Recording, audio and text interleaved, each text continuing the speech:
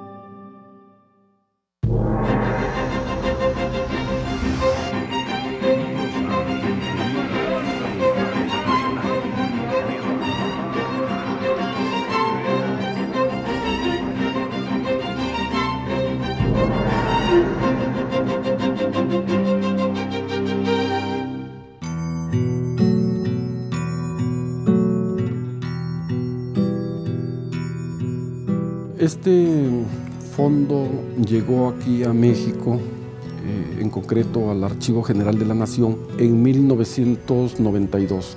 La familia decidió traerlo a México, de Costa Rica a México. Bueno, en este fondo está la historia, desde todos los aspectos, del garridismo. En ese entonces, pues bueno, nosotros nos abocamos a reconocer toda la documentación, las fotografías, las películas, los objetos personales. El AGN, el Archivo General de la Nación, envía toda la colección fílmica a Cineteca Nacional para hacerle estudios de conservación. Mi trabajo, digamos, concreto, que consistió en revisar los materiales, rollo por rollo, plano por plano, secuencia por secuencia, y registrar toda esa información visual en una bitácora, porque lo mismo hay escenas políticas, que lo mismo hay escenas que podríamos en apariencia, a primer vista, considerar triviales, ¿no? Como son paseos entre cascadas, por ejemplo, Garrido Canaval rodeado de un conjunto de chicas muy guapas, mojándose en la cascada, bajando a la profundidad de la cascada, tratando de introducirse el río, etcétera, ¿no? Ese tipo de cosas. Sus archivos es una historia indiciaria, como diría Carlo Ginzburg, muy importante de realmente el quehacer político de esos años.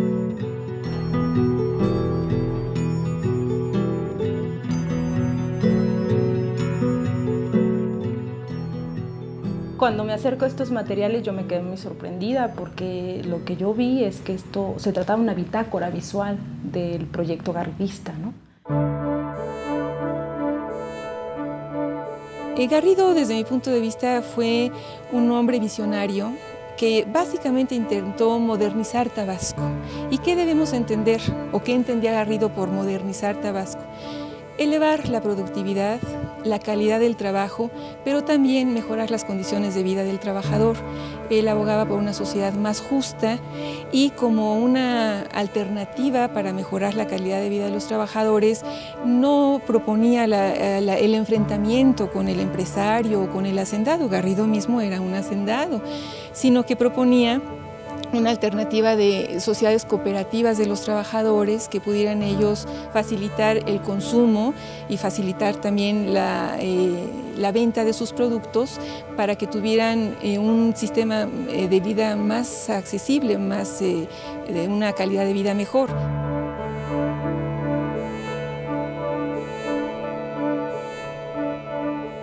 Tabasco, o la ciudad de Villahermosa, la capital, se conectó por carretera hasta 1956. Entonces, esto era parte de la esencia de ese estado, que para viajar a Villahermosa desde el Distrito Federal se tenía que ir al puerto de Veracruz, ahí tomar un barco hasta el puerto de frontera en Tabasco, y en frontera tomar un barco para descender por el río Grijalva o ascender, según cómo se mire, a la ciudad de Villahermosa.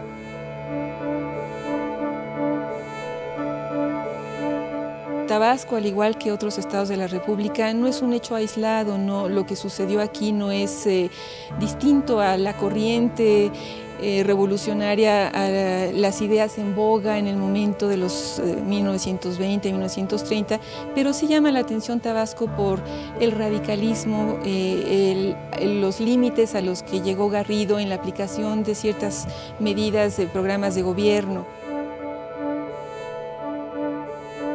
Garrido Canaval tiene una noción moderna de la política, es decir, tiene una noción que seguramente resulta todavía demasiado avanzada para el país. ¿Por qué razones? Está buscando una autonomía estatal, está buscando que el Estado de Tabasco sea autosuficiente en términos económicos y que en términos políticos tenga el respeto del país, ¿no?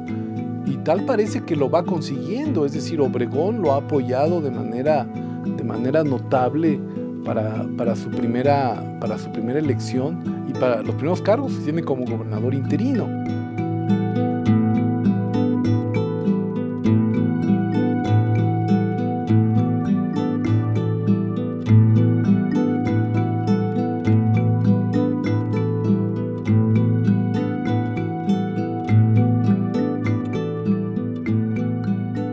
Garrido no tuvo oposición. Sí. Aunque él no fue gobernador todo el periodo del 20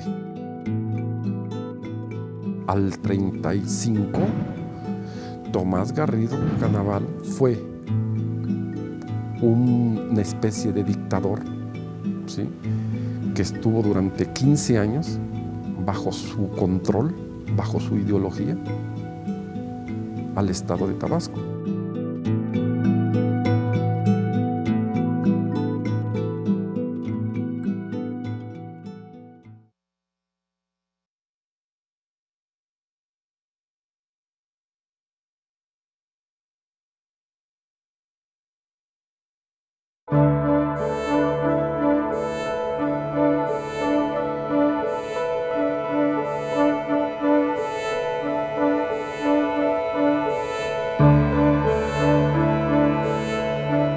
Cuando Cárdenas va durante la campaña presidencial en 1934, que es muy interesante porque va a Tabasco con Plutarco Elías Calles y lo acompañan Francisco J. Mújica y Saturnino Cedillo.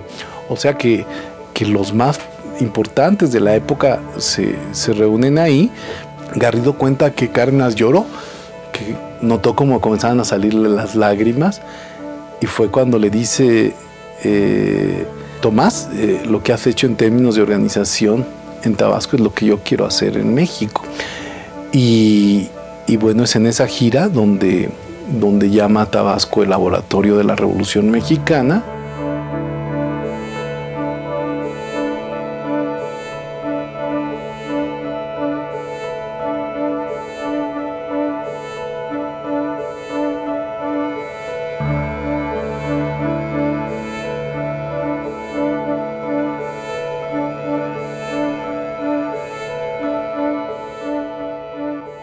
Me atrevería a decir que Garrido es, digamos, un claro representante de este discurso, ¿no? O sea, sus exageraciones, su radicalismo, su anticlericalismo, que es casi una religión en sí, forma parte de toda esta corriente radical de un momento en México en que ser agresivo, hablar en contra de los capitalistas y del clero, ¿verdad?, es parte importante del discurso político, ¿no?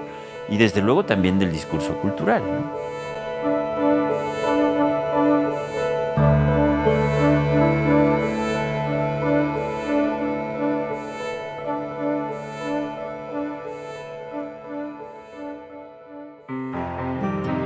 Se pretende hacer una gran federación de estudiantes socialistas en el país, para lo cual va a contar con el apoyo de Lombardo Toledano, que comienza a ser ya una figura muy activa y muy destacada en el ámbito nacional, y el primer congreso de estudiantes socialistas pues se realiza en Tabasco, en la ciudad de Frontera.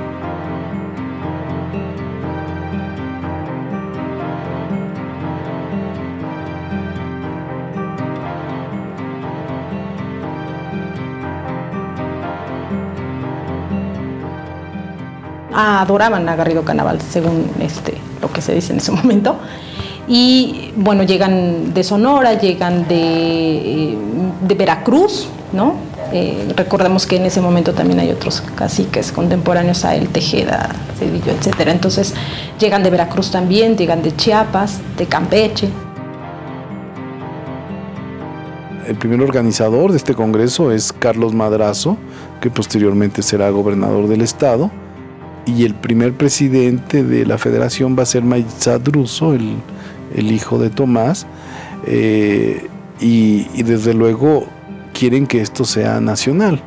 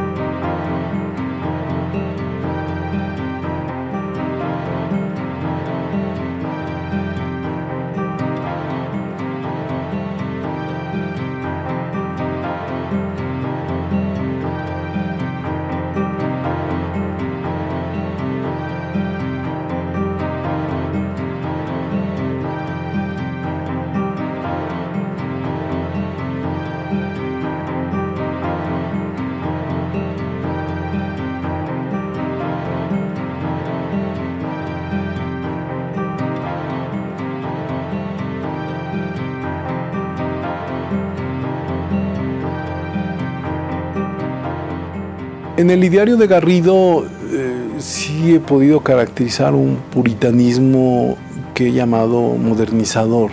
Garrido insistió en que había que erradicar el alcoholismo.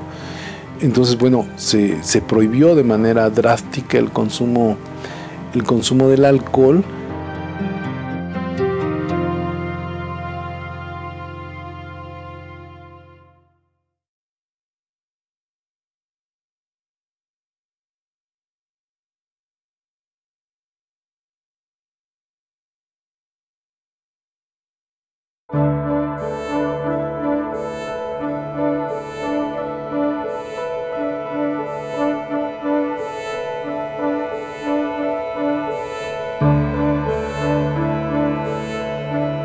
La quema de santos, la demolición de iglesias, no es más que parte de una gran campaña desfanatizadora que consiste no solamente en demoler iglesias y quemar imágenes religiosas, sino también educar a la gente. Y por eso está la educación racionalista, ¿no?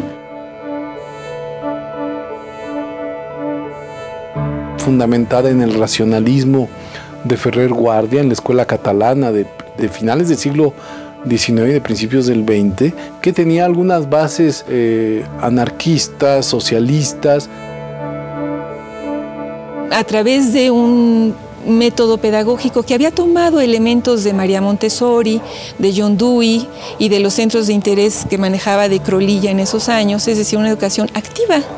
Una educación que desde entonces ya se trataba de que el niño descubriera, tuviera una autoeducación dirigida o asesorada por el maestro, pero no una educación de banquillo, de memorizar y de un maestro que recurriera al discurso como único método de enseñanza.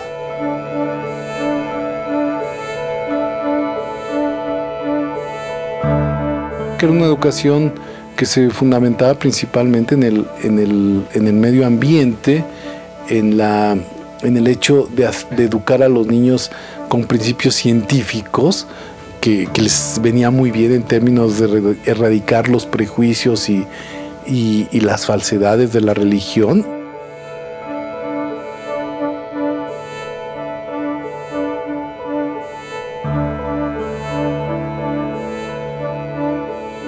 Garrido Canaval sacó las escuelas de la capital, de Villahermosa. Muchas de ellas estaban funcionando en iglesias que ya por precisamente la actitud anticlerical, estaban abandonadas, ya no había sacerdotes en Tabasco, y para imponer un poco este laicismo, Garrido dijo, pues ahora las iglesias van a ser las escuelas, pero el método pedagógico no era adecuado para dar las clases en estos espacios, y entonces creó las escuelas al aire libre. Y esta es una experiencia que los maestros recordaban con mucho cariño.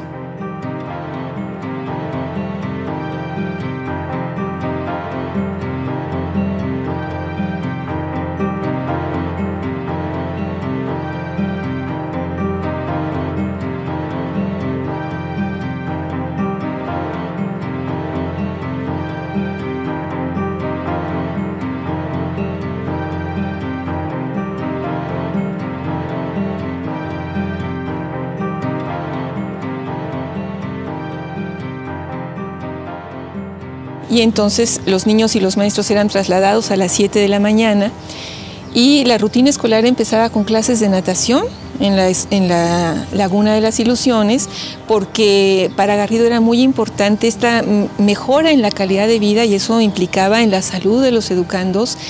Después de la clase de natación pasaban a las hortalizas, a las porquerizas, a los gallineros, en donde, aplicando el método de los centros de interés de Crowley, los alumnos no tomaban una clase de aritmética abstracta en un pizarrón, sino que decían, bueno, vamos a sembrar en la parcela.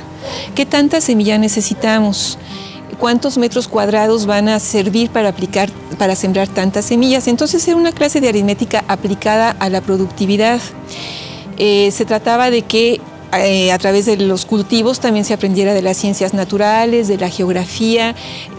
Las materias iban adecuándose alrededor de la actividad productiva, pero a media mañana llegaban los desayunos escolares, que muchos de ellos, se dice, salían de las propias granjas del propio Garrido Canaval, y era una alimentación balanceada, es decir, un día los niños desayunaban un vaso de leche, una rebanada de queso, pan y un plátano, y al día siguiente cambiaban el menú por un pote de caldo de frijol, fruta, en fin, iban variando.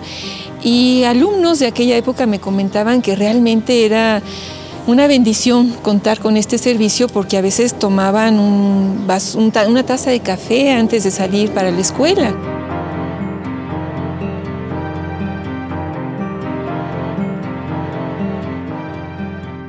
Sin duda había una mística, una gran mística en el trabajo de los maestros. Garrido les supo contagiar entusiasmo por el trabajo que hacían.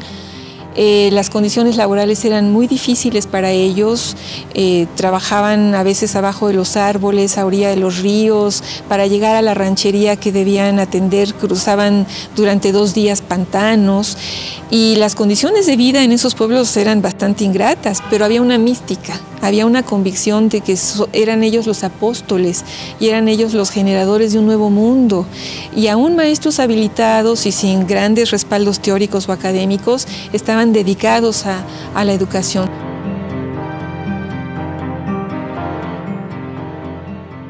Son muy jóvenes, tanto los profesores como las profesoras, unificados, organizados en la liga, precisamente la Liga de Profesores Ateos, así se llama. Ellos tienen una retórica que es mesiánica. Está el Grito de Guadalajara, donde Calles dice: yo quiero rescatar los cerebros de todos los niños de México. Eso es mesiánico. Que reforzaba la postura de Garrido esta educación, que decía, bueno, si los alumnos tienen la posibilidad de descubrir la realidad social y el universo a través del método científico, a través de la experimentación y la comprobación, vamos a desterrar los dogmas, los misticismos, las verdades a priori que tanto ha inculcado la religión católica, y vamos a ser hombres modernos.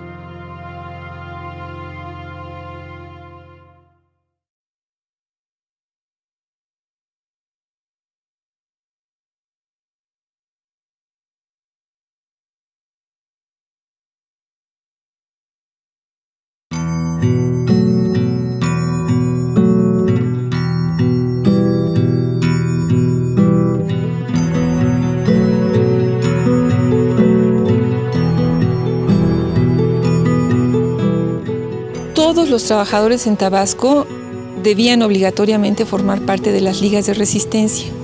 Las ligas de resistencia agrupaban según su oficio a los trabajadores y había una liga por cada municipio y a través de de sus representantes formaban la Liga Central de Resistencia.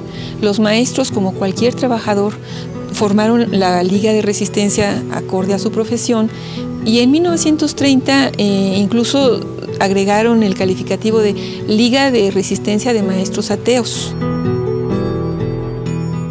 Que toda la organización era en función de ligas, que eran una suerte de sindicatos, pues sí, muy corporativos como en el resto del país, pero que estaban vinculados a una actividad muy particular.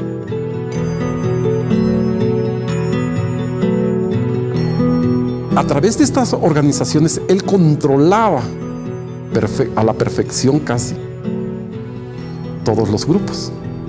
Y él, a través de estas ligas, precisamente, él decía, se debe de hacer esto, se debe de incluso inducir, podríamos decir, el voto.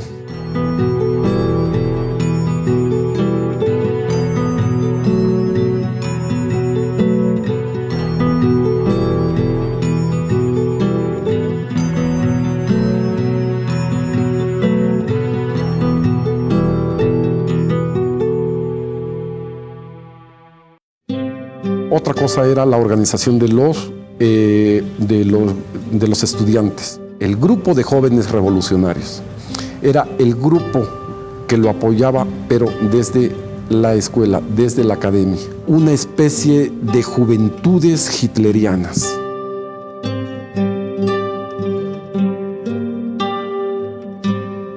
Los Camisas Rojas, bueno, es una organización primero que surge ya tardíamente, porque surge en el segundo gobierno de Garrido en 1932.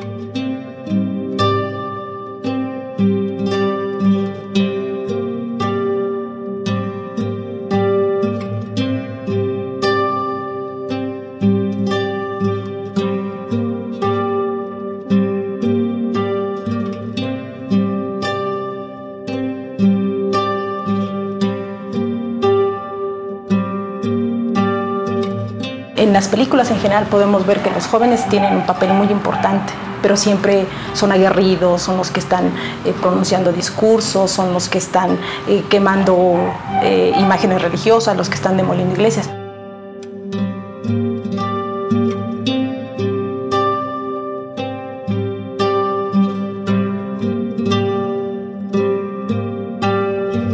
La organización de las masas, la organización paramilitar de las masas, como los camisas pardas, como los camisas negras, como los camisas rojas, como los pioneros, habría una infinidad de ejemplos, los Boy Scouts, qué sé yo.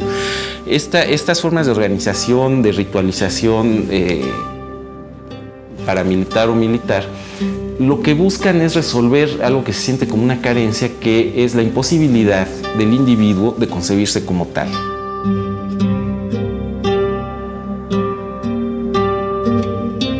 A los hombres del principio del siglo XX les cuesta mucho trabajo concebirse a sí mismos como individuos, separados de todo lo demás.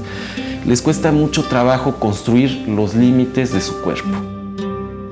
Y entonces el desfile, el batallón, el regimiento que desfila, lo que hace es construir un cuerpo artificial para suplir esa carencia y evitar la transmisión imparable del deseo a través de un cuerpo que ellos conciben sin límites y cuyos límites con el espacio no se pueden imaginar de ninguna forma.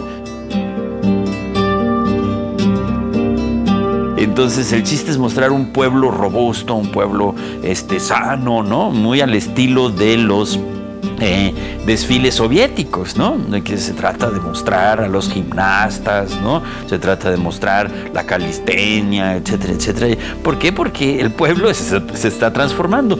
De ese pueblo enclenque, ¿verdad? Indito, estereotípico, etcétera, etcétera, ¿no?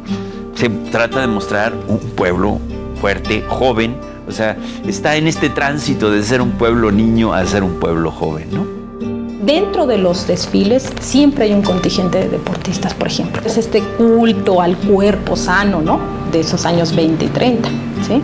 Uno de los estatutos del PNR se dice que la educación física es importante para el desarrollo, ¿no?, integral de los jóvenes. Bueno, Garrido Canamancho lo estaba haciendo. Porque para Garrido la salud física del educando era prioritaria. Incluso se llegaban a hacer concursos del niño sano. Llegaban las madres con los bebés rollizos, con los más sanos, y les daban premio a ellas por ser buenas madres, por tener a sus hijos tan saludables. Este espíritu, pero es un espíritu muy moderno, ¿no?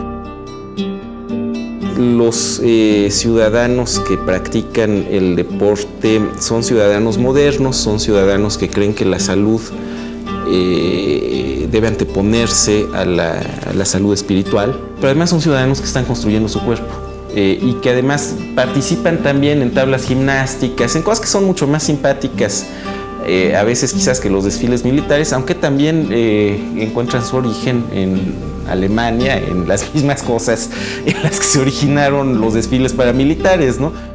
Y entonces pues vienen estas tablas gimnásticas, cosa que convierte, que el objetivo en el fondo es el mismo que el del contingente militarizado, presentar a la masa como una máquina automática, muy bien coordinada.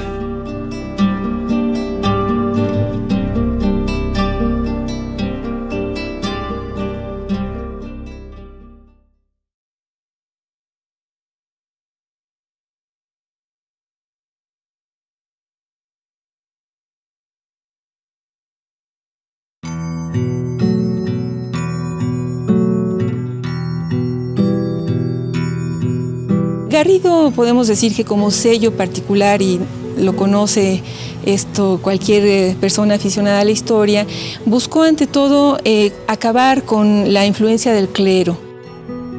Fue rabiosamente anticlerical, jacobino.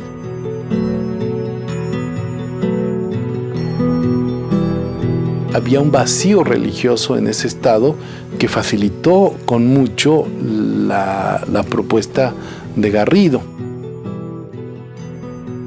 Vemos el derribamiento de buena parte de las iglesias de Tabasco, ¿sí?, para convertirlas en escuelas. Es decir, la iglesia no tiene por qué regular las conciencias, eso es lo que plantearía Garrido y lo que plantearon en su momento Plutarco Elías Calles y el mismo Obregón en algunos casos, y lo que venía además de atrás de la reforma religiosa de la época de Juárez, ¿no? Entonces, desde la época de Obregón empieza a existir podríamos decir, un discurso muy radical, ¿no? Un discurso muy radical, muy confrontado, ¿no? Tanto se radicaliza la iglesia y las derechas se radicalizan, pero también se radicaliza el grupo revolucionario, que además está en el poder y además tiene, digamos, la legitimante de que triunfó la revolución.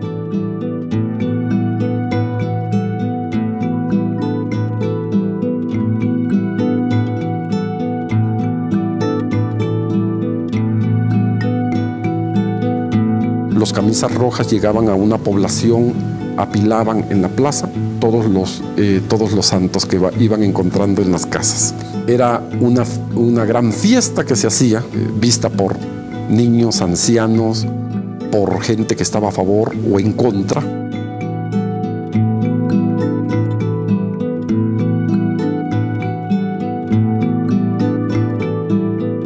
Él decía, si nosotros quitamos esta influencia oscurantista tradicional del clero y les enseñamos a relacionarse con el mundo a través de un conocimiento científico, los haremos hombres libres, los haremos hombres con un pensamiento crítico y hombres sujetos de su propio destino, en arquitectos de su propio destino.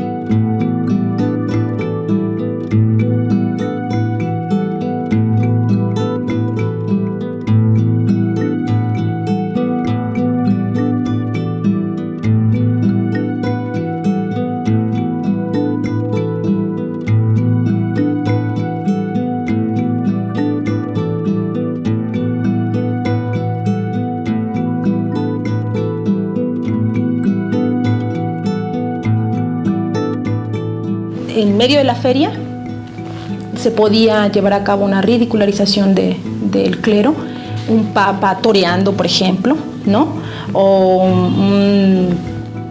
un sacerdote vestido pero de manera muy ridicularizada. Por ejemplo, había un burro que decían el papa, ¿no? En la Sorbona de París están los burros con las mitras de obispos o la tiara del Papa.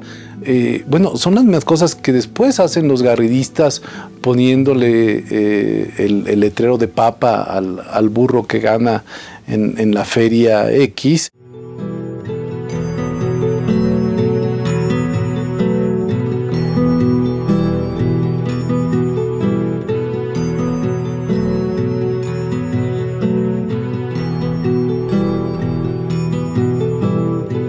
En aquel momento todos estos grupos, y principalmente los jóvenes, estaban convencidos de que la religión, ¿sí?, en aquel momento, como lo dijo Marx, era el opio de todos los pueblos.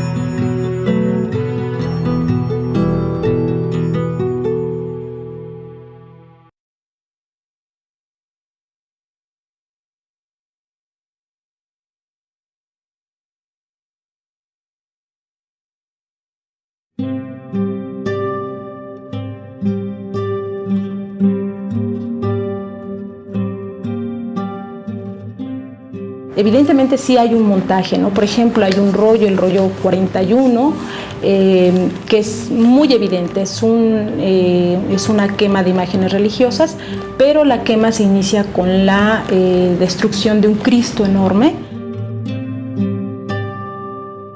En esta película lo que observamos es la formación de la gente en un semicírculo abierto al camarógrafo. Sí, en efecto, hay un semicírculo y el espectador cierra el semicírculo, pero además porque los que están viendo la destrucción son espectadores mientras no están ellos mismos empuñando el hacha. Es un espectáculo. Pero además de eso también se selecciona quién pasa a pegarle al Cristo. El primero que pasa es un anciano, y esto es muy importante, ¿no? Es un anciano de barbas blancas y que yo he reconocido, identificado como tío de Garrido Canaval. Es una figura que remite a varias cosas. La barba es profética y, bueno, él tiene una cierta autoridad simbólica en lo que está ocurriendo ahí. Y después de él pasa un niño inmediatamente, un niño vestido de camisa roja, ¿no? Que es de alguna manera también como el elemento desfanatizador primario de Garrido Canaval, ¿no? Y por otro lado, las mujeres y los hombres.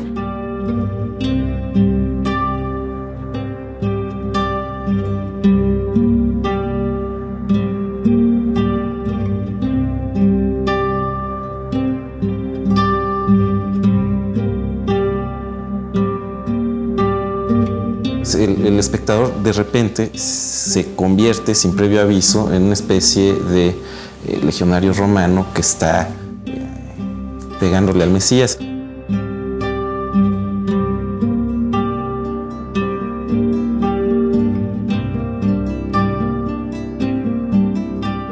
Y hay como un maestro de ceremonias, un hombre de edad madura, vestido de traje, que incluso llega a aventar o a empujar a aquel que estorba, ¿no?, a la visibilidad del camarógrafo.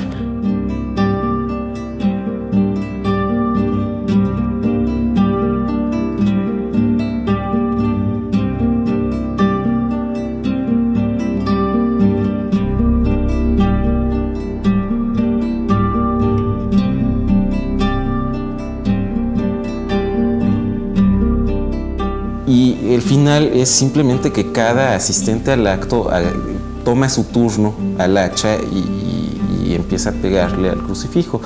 Eso al final da una sensación de cierto hartazgo, como si fuera una máquina de triturar madera la que está trabajando.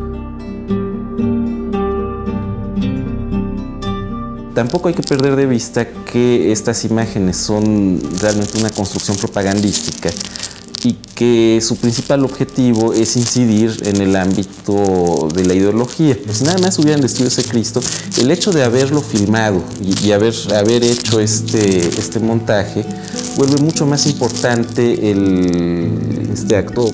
Lo que se busca es mostrar esto como una especie de verbena familiar. Toda la familia va a destruir crucifijos, ¿no? Va el tío, va la mamá, va el abuelito, va el niño y todos agarran el hacha y le pegan. Precisamente la Iglesia Católica lo que reclama es su soberanía y su ascendiente sobre la familia, sobre el gobierno moral de la familia. Entonces, pues es una forma de hacer escarnio muy en serio de esa pretensión.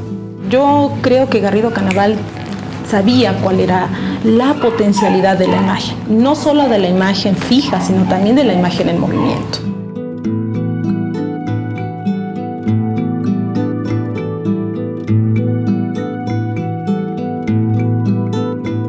Todo esto lo sabe manejar muy bien Garrido. En ese sentido es muy moderno, porque comenzó a hacer autopropaganda prácticamente como después vamos a conocer la de Goebbels en Alemania.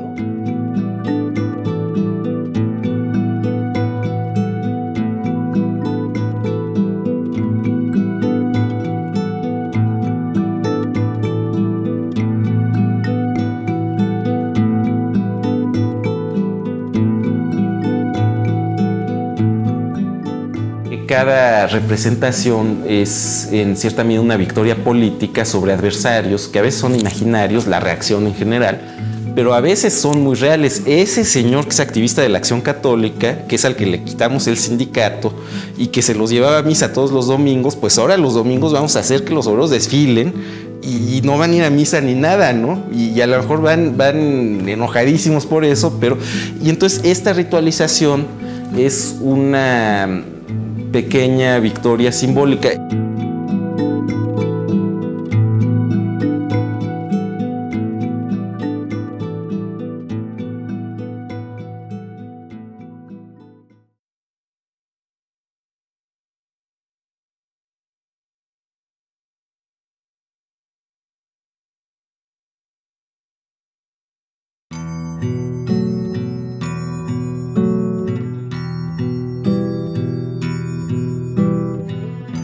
Los líderes regionales, aunque organizaban de manera directa sus propios estados, querían tener también la posibilidad de hacer propuestas nacionales.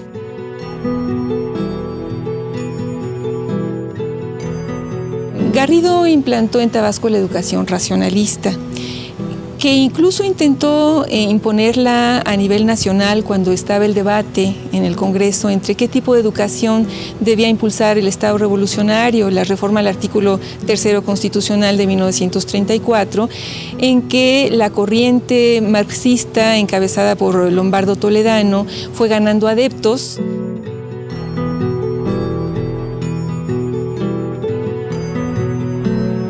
Cárdenas lo nombra secretario de Agricultura y Fomento.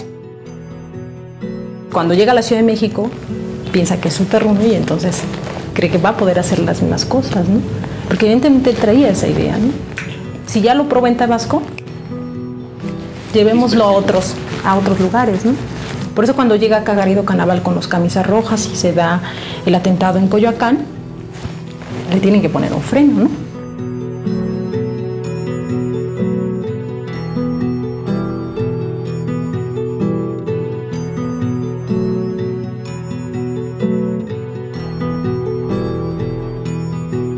Voluntariamente renuncia a esta secretaría.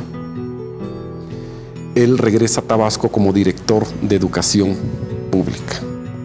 Tras el rompimiento de Cárdenas con Calles, él se autoexilia en Costa Rica.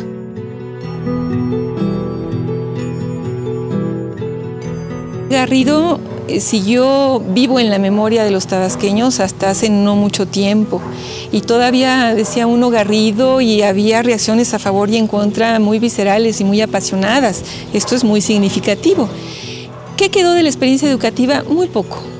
Muy poco. Al poco tiempo de que sale Garrido del escenario político, cambió el sistema educativo, es decir, las escuelas volvieron a los sistemas tradicionales y a nivel de la estructura piramidal monolítica de las ligas de resistencia de la Organización de los Obreros se desmanteló automáticamente. Es decir, este cambio impuesto de manera vertical se sustentaba en la presencia de Garrido. Sale Garrido y pues obviamente muchas cosas se desbaratan al poco tiempo.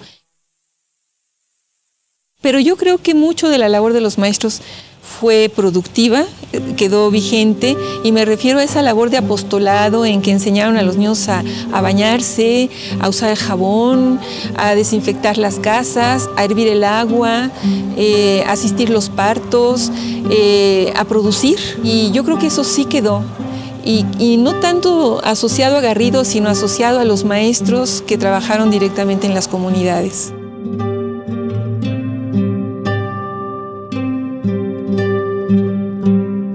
También los maestros recuerdan con cierto rechazo ciertos excesos de Garrido, ¿no? Por ejemplo, recuerdo un maestro que me contaba con la voz entrecortada y muy emocionado que él no estaba muy de acuerdo en las quemas de santos, pero que tuvo que participar en varias. Pero las maestras que entrevisté, algunas me decían, pues yo tuve mi imagen guardada durante muchos años en un bote de lámina enterrada debajo de mi cocina o debajo de mi casa. Dice, pero ¿qué nos quedaba? Teníamos que apoyar porque además éramos vigiladas, éramos de alguna manera controladas para llevar a cabo todas estas campañas y que sentían que de alguna manera esto era violentar un poco la sensibilidad de la comunidad, incluso la de ellos mismos. A pesar de que Tabasco nunca fue un pueblo muy conservador o muy tradicional en cuanto a sus vínculos con la iglesia, ¿no? De hecho, Tabasco fue un pueblo bastante liberal en su manera de pensar. Obvio que se decían católicos, pero no eran católicos fanáticos, lo cual no quiere decir que tampoco vieran con absoluta indiferencia estas campañas de Garrido. Es decir, les dolían, les preocupaban, las toleraban, pero no creo que hayan cambiado sustancialmente el pensamiento religioso de esta comunidad. Si hubiera necesitado mucho más tiempo para ello, ¿no? Porque él dice, se me atribuyen más crímenes de los que realmente cometí y se ha exagerado todo en torno a mí. Eso lo va a decir mucho. Yo creo que Garrido Canaval lo que hizo fue exponer y radicalizar de tal manera las cosas, ¿verdad?, que logró impactar a la sociedad tabasqueña, a un área particularmente, por lo menos le dio oportunidad a salir. Esto es la lección que nos deja el gobierno de Garrido, ¿no? No es por decisión de las autoridades que vamos a transformar la sociedad. La sociedad lleva su propia dinámica y podemos apuntalarla, pero no se cambia sustantivamente el ritmo o la orientación porque un gobernante lo decida. A Garrido Canaval le pasó lo que le pasó a otros muchos vencidos, que la historia oficial los borró.